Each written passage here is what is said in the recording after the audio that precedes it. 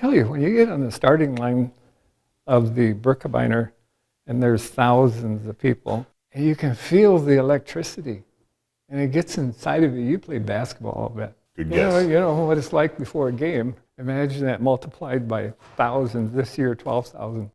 Farmers, brewers, hunters, packers, badgers, cheeseheads, neighbors. No matter what name we go by, we are bound together by our roots. These are the people, the stories, and the patriotism from inside Wisconsin. Welcome to Deeper Roots with Blain's Farm and Fleet. Deeper Roots with our friends at Blain's Farm and Fleet has brought us to God's country.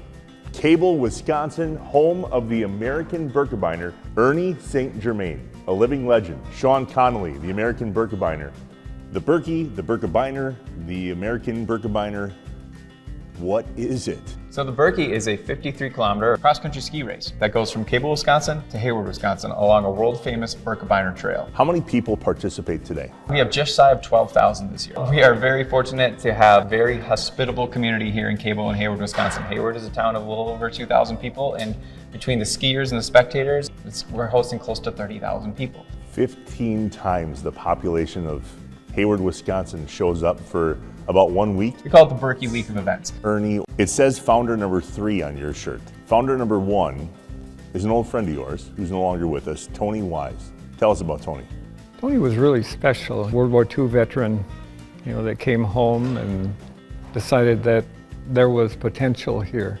Late 50s, early 60s, Telemark Lodge was here. Tony Wise built this lodge as a downhill ski resort. He was a historian. He wanted to keep the history and the culture of the area, and of course his own culture, which is Norway. The Norwegians in the area were encouraging Tony, you have to do real skiing. Real skiing is Nordic skiing. And they kept after him, and he got some Nordic skiers to come and build a trail.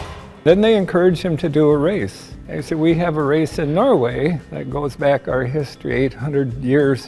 1206, there was a Norwegian prince that was rescued on cross-country skis. That is what really spurred the traditions. Their armor was birch, like birch legs. So that's what they call them, birch leggers, because they would wear birch bark on their legs. The American Birkebeiner is actually part of the World Lopet, and the World Lopet is 19 countries that are all part of this circuit of races. Each one of those countries, one race from that country gets to be designated as that World Lopet race, and the American Birkebeiner is America's race. What has participating in the Birkie meant to you over the years here in Wisconsin? The first year I had no idea what I was getting into. I didn't know where we were going or how far. This old Norwegian was going to ski the race and his wife wouldn't let him.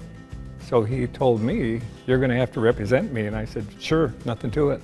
Because I had no idea. And I'd never been on Nordic skis and got my friend Dave to do it, and we both skied the race. And when we finished, we came down Exhibition, which is that hill at the top, down to the chalet.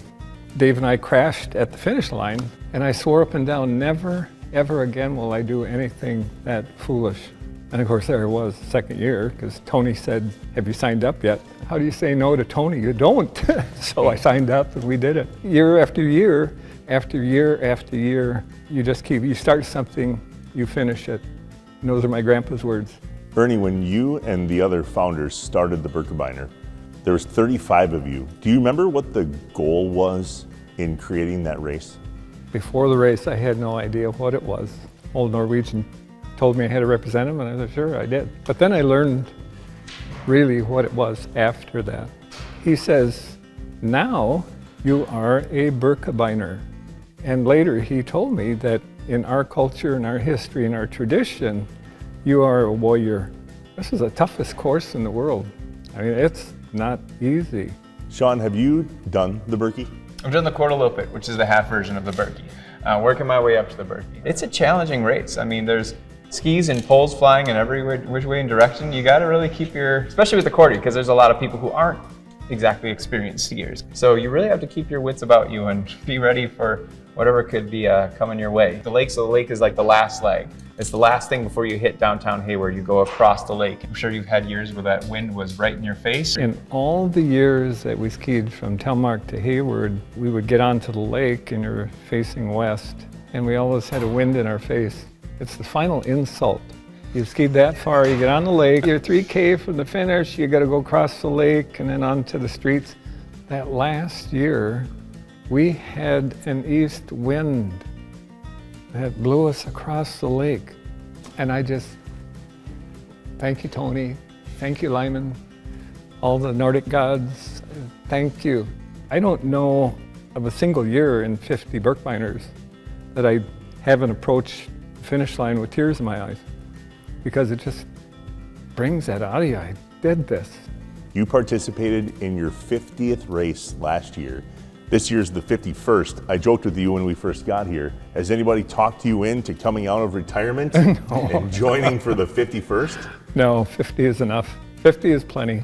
And my good friend Dave Landgraf, we said in an interview at about the 35th Birkebeiner, the interviewer was getting upset with us because we were teasing her. And she finally said, "When are you going to quit?"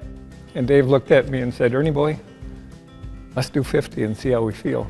I just could never imagine doing 50, but I got it in my head.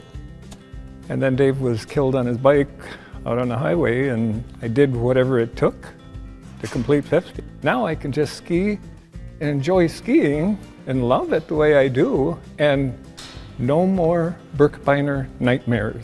Way to sell it, Ernie. Birkebeiner nightmares. Oh my gosh. Everybody who skis this race has nightmares. See themselves at the start line and, where's my skis? And panic. Or, where's my boots? You mentioned that there was a race overseas developed 800 years ago at that time. But in your time, doing 50 of them, how much has changed? I didn't have wax on my skis. I just had pine tar in the bottom of the wood skis. Wood skis. Everybody was on wood skis. Ski boots that were no stronger than my running shoe that I have on. They were flimsy. Now, today, oh my goodness, like I mentioned to you, my skis, Mad Shoes built those skis to my specifications. Ernie, you mentioned that the technology has come a long way. These are the skis that you wore literally last year, right? Your last race. Is there still wax on them, or is it just now part of the Hall of Fame here? You know, I'll never ski on them again. They were made for me for the 50th race, and they were the most perfect skis I ever skied on, made specifically for me and for my measurements and for my weight. I feel like they made this bench out of your wood skis. Just about. And that's the jersey that you wore. Is that what they call it? A jersey? Bib. That's the bib. That's the bib that you wore. It's pretty impressive to see it kind of in person and then have you standing right here. I mean, your sign says a true legend. Have you embraced that, or you're like, nah? You know, over on this side you have the Wall of Champions, and I was never a champion. And I never won a race. I never won an award. I never won anything.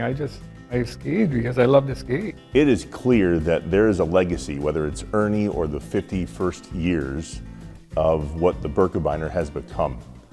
What do you envision for the Birkie in the next 50 years? Well, this building is a huge part of that. This is the start of the next 50 years for the American Birkebeiner. We're actually just finishing up a $10.2 million capital campaign to finish up the whole infrastructure here at Mount Telemark Village. It's snowmaking infrastructure. It's a little bridge that's actually going to help so people don't have to cross roads, so people can go over the roads. Things like a pond, a biathlon range. This Mount Telemark Village is the next 50 years of the American Birkebeiner. Ernie, when you share how emotional it is at the end and how incredible it is to feel that finished feeling, the warrior, but you're done doing that. So how are you going to fill that bucket moving forward? I ski with my grandson, and like Tony's philosophy, the future of skiing is in our youth. Sean, if the future of skiing is in the youth, then there's got to be something that you're doing here to invite the youth. It's really incredible to see just the growth of cross-country skiing, and the more I've learned about the Birkie, just the Birkie is very synonymous with the growth of cross-country skiing in the US. To see where it's gone from just people doing it in the 1973 to figuring it out, to showing up to a race and never putting on cross-country skis, to now having these youth programs. I appreciate you sharing your story with us. It's really inspiring. There's not many Wisconsinites, if any, that haven't heard about the Birkie, and hopefully watching this show and listening to your story, they not only know more about it, but really appreciate what you guys have built up here. So thanks for having us up. Glad to be here. Yeah, thanks for joining us. Sean, it's hard to make snow when you guys don't produce clouds up here. I have to wear sunglasses inside. What a gorgeous building. Before every race, I would visit with him and he'd say, Ernie, don't fall. And I would have that in my head. I couldn't decide if you were telling me how you avoided the big one at Talladega or if you were doing the Birkie. You're going up the hill and then someone, don't have the power, and they start sliding down and it's a domino effect. I don't think backwards downhill is the goal. It's not exactly how it works. I didn't pick up on it, but it says a true legend and early on a damn fool. It's right there. Exactly. I had to be a damn fool in order to, to do it, because I didn't know what I was getting into. So. There is nothing quite like the Northwoods of Wisconsin. We are grateful to the Birchlegger, the Warrior, Ernie St. Germain, and Birkie advocate and spokesman Sean Connolly. Thank you for having us up there, out there. What an impressive place that is Telemark Lodge in Cable, Wisconsin. Go check it out for yourself. Just hop online and head to Birkie.com. That's BIRKIE.com for updates on everything they have going on all year round. And congrats to all of those Birkebeiners, if you will, all of the Warriors, for participating in the Birkie this past weekend. I just looked up the results. There's like over 12,000. Congrats to all. You can also head to the website, by the way, and nominate a friend or a family member or even yourself to be our next guest on Deeper Roots. We want to hear from you. Head over farmandfleet.com/deeperroots and fill out the form. Don't forget, like, comment below, smash that YouTube subscribe button, and if you're watching, make sure to leave a comment, and if you're listening, a 5-star review. We appreciate you. We will see you next time. Talk to you later. Bye.